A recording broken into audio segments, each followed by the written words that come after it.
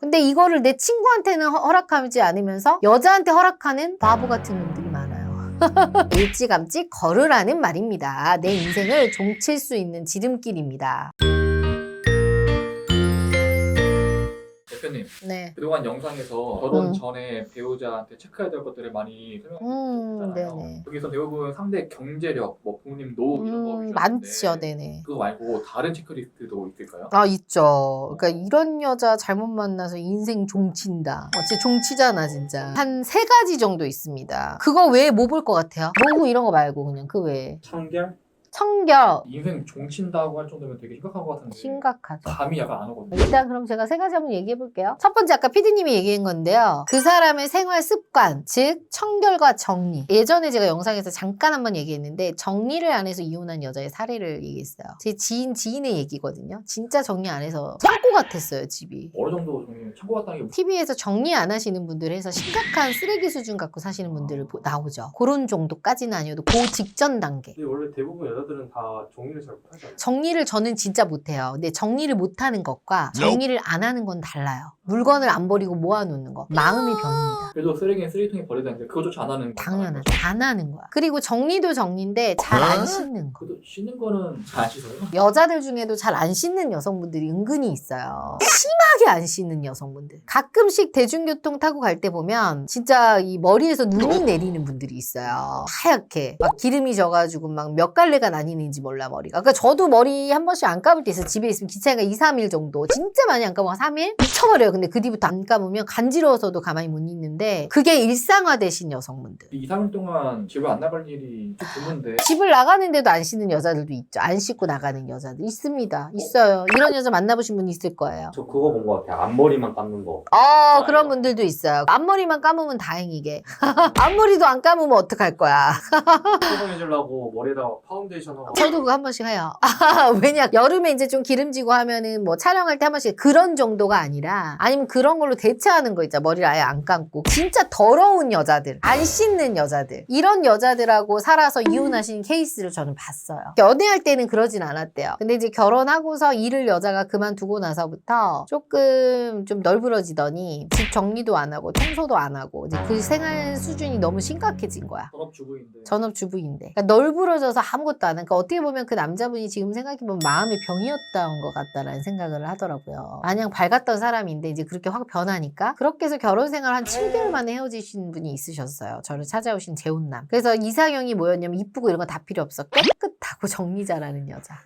그래서 이거 진짜 중요한 것 같아, 이것도. 저도 만약에 제 남편이 너무 안 씻어 정리도 너무 안 해. 그럼 너무 스트레스 받을 것 같아. 같이 살아야 되는데 매일 보는 거잖아요. 우리 봐봐요. 결혼 안 할 때 식구들하고 살 때도 어때요? 치약 좀만 그렇게 해놔도 짜증나고 신발 뭐 화장실에서 쓰고 안 세워놔도 그것도 짜증나잖아요. 제자리 없어도 짜증나고. 근데 하물며 결혼을 했는데 남편이 그러고 와이프가 그런다 그래봐. 너무 심할 정도로. 한두 번은 정해질 수 있는데 계속 쌓이면 못 사는 거지. 사는 거니까. 그래서 이거 진짜 중요하더라고. 이거 꼭 체크하셔야 됩니다. 두 번째, 아이를 양육할 만한 마음을 가지고 있는지입니다. 그럼 아이를 낳으면 다 마음가짐이 있지 않아요? 그럴 수 있죠. 근데 제가 또 이렇게 본 사례 중에는 아이를 낳았는데 아이에 대한 애정이 없는 어머님들도 계시더라고요. 자기 아이인데. 자기 아이인데도. 전제는 아이를 낳을 의향인 남자가 보는 거죠. 그쵸. 그래서 애를 낳았는데 그냥 모성애가 많이 없는 거야, 여자 자체가. 뭐 이럴 수는 있어요, 가끔씩. 그러다 보니까 이제 뭐 아이 밥도 안 챙겨주고 본인 꾸미는 거만 치장을 하는 거지. 꾸며서 뭐해요? 그냥 본인만 예쁘게 보이면 돼. 근데 가끔씩 그런 거 있어요. 가끔 이렇게 지나갈 때 보면 진짜 가끔씩 엄마는 너무 멋쟁인데 아이가 초라할 때도 있거든요. 근데 이제 저 같은 경우는 제가 뭐 이렇게 다녀도 아이는 항상 예쁘게 입히고 싶어. 그게 엄마의 마음이거든. 근데 그렇지 않은 여성분들도 가끔 있더라고. 그러니까 이거는 사실 모르겠어요. 본인이 이런 사랑을 못 받고 자라서 그런 건지 아니면 성향이 그런 건지 모르겠지만 이런 여자는 좀 조심해야죠. 어떻게 보면 모성애는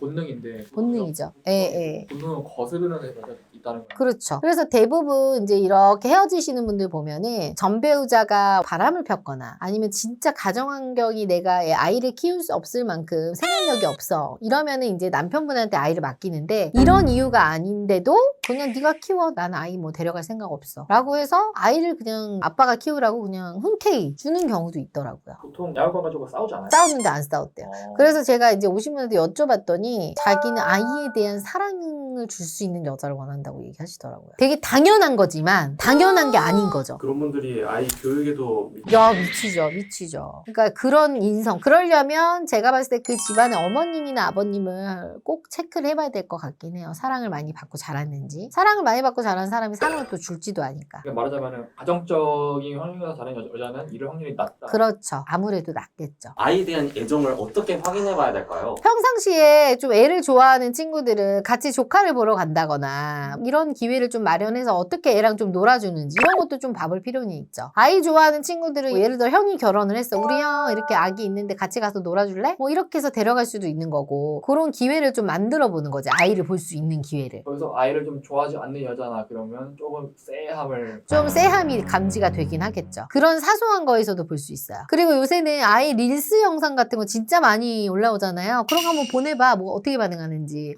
너무 귀엽다. 뭐 이렇게 할 수도 있는 거고 뭐 별 반응 없을 수도 있는 거고. 근데 또 이 반응 너무 귀엽다 해놓고 또 막상 남은 또 안 귀여워할 수도 있긴 하지만 근데 또 반대로 무뚝뚝해서 내 아이를 낳았는데 또 너무 잘할 수도 있는 거야. 이건 사실 복불복인 것 같아. 참고는 하셨으면 좋겠어요. 세 번째입니다.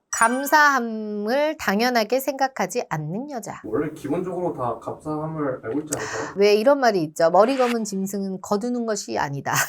라는 말이 있듯이 사람이 뭔가를 액션을 취하고 잘해줬을 때 그 감사함을 알고 표현할 줄 아는 게 사람인데 그걸 모르는 여자들이 있습니다. 그런 것 같아요. 호의나 배려를 호의나 배려를 당연하게 생각하는 사람이고 제 주변에도 그런 사람들이 몇 명 있었어요. 그래서 현재도 있는 것 같아요. 이런 사람들은 결혼해서도 달라지지 않아요. 시댁이 잘해주는 걸 당연하다고 생각하고 시댁이 해주는 걸 당연하고 모르는 척 하는 거야. 고맙단 말이라도 한마디 해줄 수 있잖아. 고마우면. 자기가 여자라는 이유로 뭐 내가 너네 아들하고 결혼해줬잖아. 그냥 그런 이유로 고마워도 모른 척하는 여자들이 있어요. 일전에 이런 게 있어요. 제 아는 지인의 지인이 아이를 낳았는데 코로나 걸렸다는 이유로 시부모한테 1년 동안 아이를 안 보여준 거야. 이건 좀 너무했죠. 왜 그러는 거예요? 개무시지 뭐. 저는 그래요. 같은 여자로서 개무시라 그래. 내가 아기를 낳았는데 어떻게 내 신랑이 아이를 안 보여줄 수가 있어? 그건 아니지 않아요? 인성이 잘못된 것 같아요. 인성이 잘못된 거죠. 그럼 이런 여자들이 과연 시부모한테 고맙다는 얘기는 할까? 절대 안 하죠. 절대 안 하죠. 이런 여자 특징이 남편과 나의 관계에서 약간 가불관계가